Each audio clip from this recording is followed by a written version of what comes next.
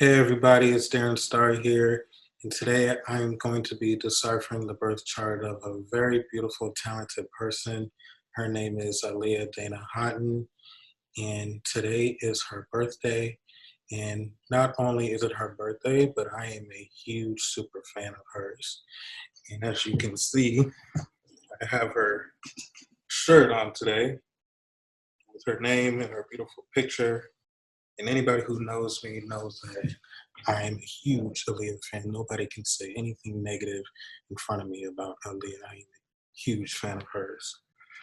And I wanted to do her chart today, not only is because of it's her birthday, but there is a lot of talk about her these days, about her past in her early life, her relationship with another musical artist, and I was paying attention to the transits in her chart, and even though she's long gone, and I find it interesting that some of the things that's going on in the universe and in the sky is still having an effect on her, well, the subject of her life here on earth. And so I'm going to pull up her chart right now and see what's going on so you guys can see what I'm talking about. Okay, so um, on June 5th, there was an eclipse in the sign of Capricorn. The South Node was in Capricorn at 26 degrees, and the South Node does represent our karmic past, and she has Mars at 26 degrees. And Mars does represent our sexual energy, and it's in the 12th house, and 12th house is a house of bed pleasures. So there is a lot of talk about her relationship with R. Kelly in the past. There's a lot of talk about him. If you don't know what's going on, I suggest you Google him and see, what the gossip is or whatever you want to say. But anyways, not only is there a lot of talk about her past as far as her sexual relationship goes, but also her marriage. Um, she got married at a very young age, and I don't know the circumstances, but I do know in an interview that she did say it was a tumultuous time for her. So it's really not my place to be judgmental, or it's not really anybody's place to be judgmental of her past or her marriage or why she was in a relationship with R. Kelly at such a young age. They're 12 years apart, and she was 15 at the time, and he was 27. But you can see with this Mars position, Mars is in conjunction with the Sun, and the Sun is ruled by the zodiac sign Leo. If you look over here, Leo is sitting in the seventh house, and seventh house is relationship and marriage. So you could see that she would be involved in any relationship with a man who may be confident or maybe a little arrogant, and R. Kelly is arrogant. In even her last relationship before she passed away, she was in a relationship with Damon Dash, and his moon sign is Leo. So I could see him being kind of arrogant or someone who has a lot of confidence within himself. And also, she would be sexually attracted to any man who not only is confident but maybe mature in age, because Leo is ruled by the Sun, and the Sun is in Capricorn. So any spouse that she would get involved with would be probably most likely older in age, and then the Sun is making a conjunction to Mars, which represents our sexual needs. So people who have Mars in Capricorn, they can be sexually attracted to older, mature people, including men. They could be attracted to women who are older in age. So I could see that any man that she would be involved with would be mature, older, and very masculine, because Mars is a very masculine planet. Are in the 12th house, and 12th house is a house of isolation and privacy. So Malia was very private about her sexual life and her relationships. And then you could see that there are some challenging aspects with Mars and Pluto over here. This is Pluto right here in the ninth house. And Pluto, when somebody has Pluto with a challenging aspect from Mars, it can bring sexual magnetism to a person. and Aaliyah is she's a very sensual person. And I'm sure she attracted men who were kind of on the more perverted side, or men who would try to sexually dominate her. And I don't know the details of her and R. Kelly. I purposely try not to know, but sometimes I can't help what I see when it comes to real life and interviews and looking at her chart. I could see that there may have been some kind of unusual situation regarding her relationship with him. So I don't want to spend too much time talking about that. I really wanted to focus on Aaliyah's talent, what makes her a good singer, what makes her a good dancer and actress, and all of those things. So if you look at her Mars, Mars does rule muscles and physical movement and our willpower pretty much. And then the sun also represents confidence and willpower as well. So sun and Mars actually do well together. And Mars is considered weak in the sign of Capricorn. However, Mars is exalted, meaning that this planet is very strong. So when a planet is in a weak position, if it's getting some kind of help from another planet that is strong, then it can make the weak planet just as strong. And her Mars is ruled by the sign Aries, which is down here in the third house. And third house represents hobbies, skills, and the body part of the hand. So when the ruling planet of the third house goes into the 12th, like Aaliyah, Aries is ruled by Mars. The 12th house does represent imagination, but also rules the body part of the feet. So I do think this is what gives her the ability to do dancing and physical movement. And Mars is exalted there, so and it's in the sign of Capricorn, so she would be very disciplined and very focused when it comes to her technique and her dancing abilities. And then she has trine aspects from Saturn, which can make her even more so very diligent and very focused and very just being very persevering and being unstoppable when it comes to her energy and her physique and stuff like that. And Mars is also ruled by Scorpio, which does sit in her 10th house. And the 10th house is career and reputation, vocation. So obviously, dancing would be applied to her career life. Now, what makes Aaliyah such a beautiful singer? Like, what gives her the ability to have such a beautiful angelic voice? So this may be a little complicated, so you may want to pay attention here. So the second house rules the body part of the throat, right? And Pisces is ruled by Jupiter traditionally, and in modern astrology, it is ruled by Neptune. So some people may disagree on which planet Pisces rules. Some people believe that it's both. But let's say that it's both for the sake of this chart, because I do see patterns in her singing ability. So Pisces does sit in her second house, which rules the body part of the throat. And Jupiter, one of the main ruling planets, is making a trine aspect. So you see Jupiter is in Leo, right? So it makes a trine aspect to Venus. And Venus is a planet of beauty and creativity. And so this is what gives her a beautiful voice. And then Venus is in conjunction with Neptune, and Neptune is a planet of mysticism, and it can even rule spirituality and angels. So I do think that's what gives her such a beautiful angelic voice. And Venus is making a conjunction to the midheaven, which is this circle right here, and they're at the exact same degree. They're both 8 degrees right here. So Venus is right on top of the midheaven, which could pertain to a person's career and reputation as well. It is the highest position in the sky when a person is born, and the reason why I prefer to use whole sign, because you can get real specific with career. The midheaven doesn't necessarily always have to fall exactly into the 10th house. With whole sign, you can get more specific with career. You can look at the 10th house and the midheaven. And like, for example, the midheaven can fall in the 9th house, so you can be an educator or a teacher.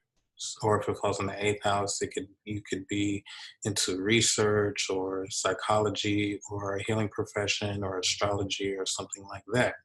And in her case, it's in the 11th house of groups and friends and people that you associate yourself with. And Neptune and Venus do, in a way, represent music. So obviously, she's affiliated with people who are in the music industry. And Venus is also beauty and fashion. And um, obviously, she's known to be a very beautiful person, and also singing ability and being a part of uh, group-oriented companies. And in her case, that would be the music industry, like Blackground Records, um, and Jive Records and stuff like that, and being associated with other artists like Timbaland and Missy Elliott and so many others. And it's in the sign of Sagittarius, which is a sign of mentors. I don't want to say older people because I'm sorry, Sagittarius doesn't necessarily rule older people or age. It's just anybody that is like a teacher to you or a mentor. And she came into the industry very, very young. So I'm sure there was a lot of people who treated her like a child basically and wanted to mentor her and guide her. And Gladys Knight was also somewhat of a mentor to her, who helped her get her into the industry, and her uncle, and obviously music. And so also Venus is the planet of beauty and love and relationships, and it is in the sign of Sagittarius with a trine aspect to Jupiter, and Jupiter is ruled by Sagittarius. So this does have a double influence of her being very expressive and optimistic about love and relationships. And I can see that in her. Sagittarius is a very happy-go-lucky, jolly, adventurous sign. And in her interviews, even though she's a serious, down-to-earth Capricorn person, there were other sides to her where she was kind of bubbly and friendly and nice and very warm, and um, and it's on her midheaven, which can pertain to her reputation and how society sees her. And you always hear nice things about Aaliyah, how she was very expressive and very sweet and loving and kind and just very angel-like. And I definitely can see that with this Neptune conjunction. So just being very expansive and goal-oriented, and even being kind of idealistic or having some kind of idealism when it comes to love and relationships. And I'm currently in the middle of studying the lunar mansion, so I usually don't get into that too much. But one thing that did stand out, you can't see it on this chart here, but her Venus is under a set of fixed stars. The lunar mansion is called Anuradha, which does represent love and pleasure, and Venus represents the same thing. So with Venus being in that particular degree on the midheaven, definitely having a reputation of being very, very loving and very, very sweet. Now, what I think makes her a good actress is the fact that she has Mercury in the 12th house. Some people can be creative, imaginative writers, and it is in an earth sign, which is Capricorn, making a trine aspect to Saturn. Saturn is ruled by Capricorn, so I'm sure she was very disciplined when it came to memorizing her words in the acting world, and also having really good memory. I'm sure she had very disciplined, focused thoughts with this Mercury and the aspects that it has. And what can make a person have good memory is the Mercury trining the moon, because the moon does represent the mind. So the moon does represent our emotions, and her moon is in Virgo, so I'm sure she was very observant and very analytical and just very practical thinker.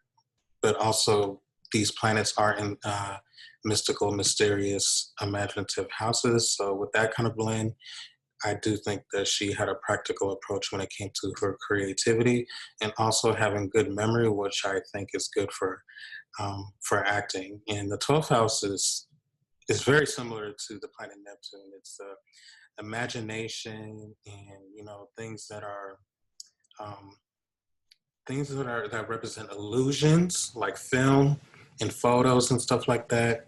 So that's part of the reason why I think she was good in her acting skills came to life. And also, when the Mercury makes an aspect to the moon, the person's words, the way they sound or the way they speak very softly, no matter what sign it's in, unless there's some kind of harsh aspect. But she has harmonious aspects for the most part. And Moon charting Mercury, they speak very softly, and Aaliyah had a very soft way of speaking.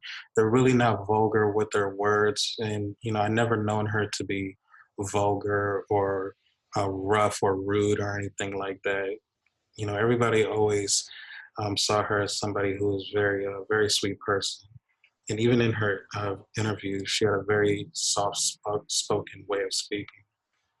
And also somebody who was very humble.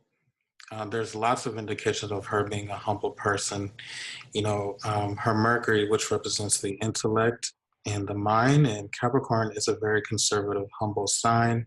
And then also her Moon, which also represents her feelings, her emotions, and her mind. And Virgo is a very analytical, critical sign. So Moon Virgo people, they can be very conservative, and it's a very humble sign. And even her ascendant, which represents part of the personality and the physical appearance. And Aquarius is a humble sign.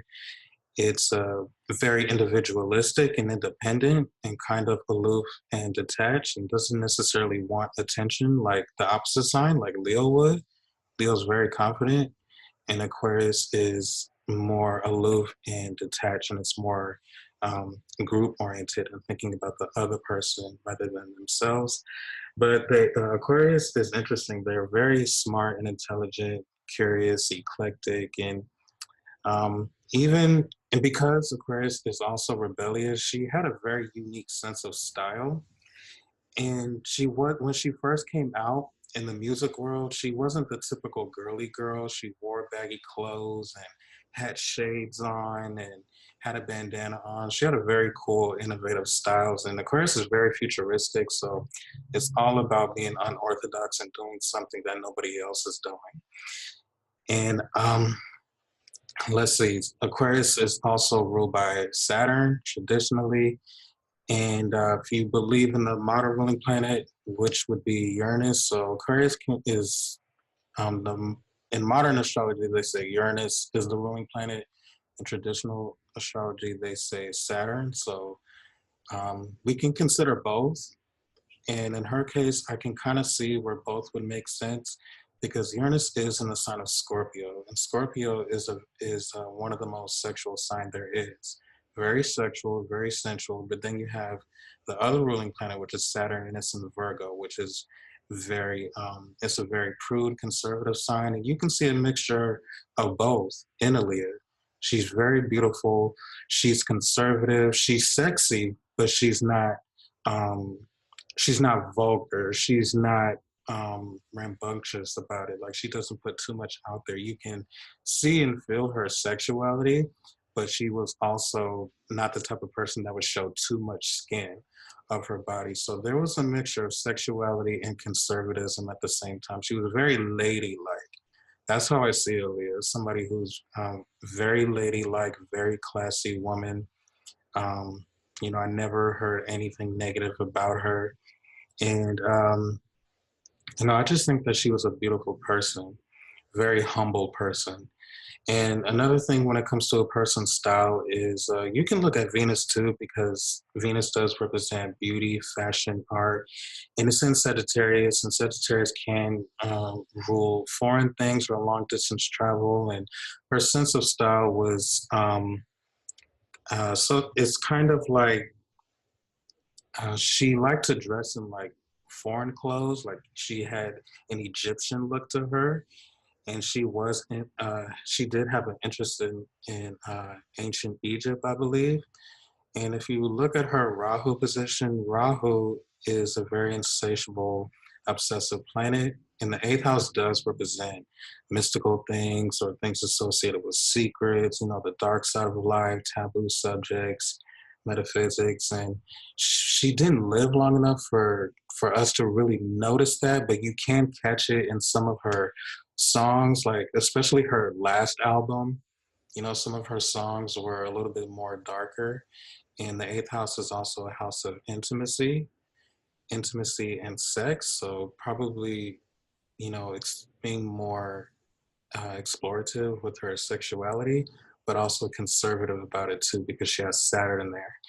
And also with her Rahu being in the eighth house, I could see her having an interest into mystical subjects. And, like ancient Egypt, I could see, I see some of that in her personality, in her interviews, where she had an interest in that. And even in the movie Queen of the Dam, it's been so many years since I watched that movie, but she did play a bad guy in that movie. She played a very, very dark role. She was a vampire and she was the queen. And she had this dark makeup on and sharp teeth. And you can kind of see a little bit of the results of Rahu in the eighth house in that movie. She played a very interesting dark role. And then and also her videos. One video that stands out to me is that song "We Need a Resolution." She had very dark eye makeup on and red lipstick and the sexy black lingerie. And then there was other scenes where she had snakes crawling all over her, and she kind of had dirt on her, but still beautiful at the same time. And it was very sensual, very sexy video right there. And to me, that video screams the eighth house, because when I think of the eighth house, I think of reptiles, and because the eighth house is correspondent to the zodiac sign Scorpio. Anything associated with reptiles, snakes, and stuff like that. So if you haven't seen that video, I would check that out. That video screams eighth house. So the Rahu in the eighth house makes a whole lot of sense. Now, also the eighth house is the house of death and rebirth. Now, I kind of contemplated whether or not I should talk about this because, people may get the wrong idea and I don't want to say the wrong thing. And, I don't want people taking the information that I give and people taking it and running with it. And I don't want to freak people out. People have the similar aspects when it comes to the eighth house, but I can't help what I see. So I am going to point it out. She has Saturn in the eighth house, and people think that Saturn can delay death. Not necessarily, not always. It depends on the condition of Saturn. You have to pay attention to every little detail of the person's chart. You can't just state an opinion based on one small thing. This chart, she has what you call a parivartan yoga, which means mutual exchange of lordships. So, lordships, what that means is that each zodiac sign rules a planet. So, her eighth house has the sign Virgo in it, right? And Virgo is ruled by the planet Mercury, which is over here, the 12th house, foreign lands. And then the zodiac sign in the 12th house is Capricorn, and Capricorn is ruled by the planet Saturn. Saturn is in the eighth house. So 12th house, foreign lands, eighth house, the house of death. So this is what they call a mutual exchange. And whenever you see a Parivartan yoga like that, exchange of lordship. So whenever you see that, just think of mutual exchange of ruling planets of the house. And it makes those particular two houses give very powerful sudden results, and it could be something good or something bad. So the eighth house, it is a malefic house, and so is the 12th house. So there was sudden events that were very extreme when it came to her travels to foreign lands. And people who don't know the specifics of how she died, after she made a music video in the Bahamas, she got on the plane and the plane crashed. And so you can see patterns of her passing away in a very drastic, scary way. And Mercury, because it's ruled by Virgo, the eighth house, Mercury's in the 12th house. So you can see patterns of death in foreign lands. And at the same time, not only is there a mutual aspect with the yogas, but there is a challenging square aspect, which is these red lines here with Pluto. And Pluto is the planet of death and transformation. And it's in the ninth house. And ninth house is foreign lands, foreign travels. So when I seen that, it really struck a nerve in me when I seen this. It's just a lot of indication with death and foreign travels. And then Mercury's in conjunction with with a hot, fiery planet, which is Mars and the sun. And, I just hated seeing that. That's the only thing about her chart that is so troubling. Other than that, very beautiful person here. So it's really, really sad and tragic that she didn't get to live long enough for us to see more of her skills and her talent. She has so much ahead of her. So I'm gonna stop the share screen now. So anyways, this is the end of my video. Um, I love Aaliyah so much, and I really hesitated doing this video because I wasn't sure on how people were going to take it, because it is a sensitive subject, and there are a lot of people who love Aaliyah so much, and I just really wanted to do this right, and I really just want to honor her and respect the life that she lived, and such a beautiful person. And I think it's important to not really focus on so much of the rumors, because at the end of the day, we don't know her and we don't know what she went through. None of us were there.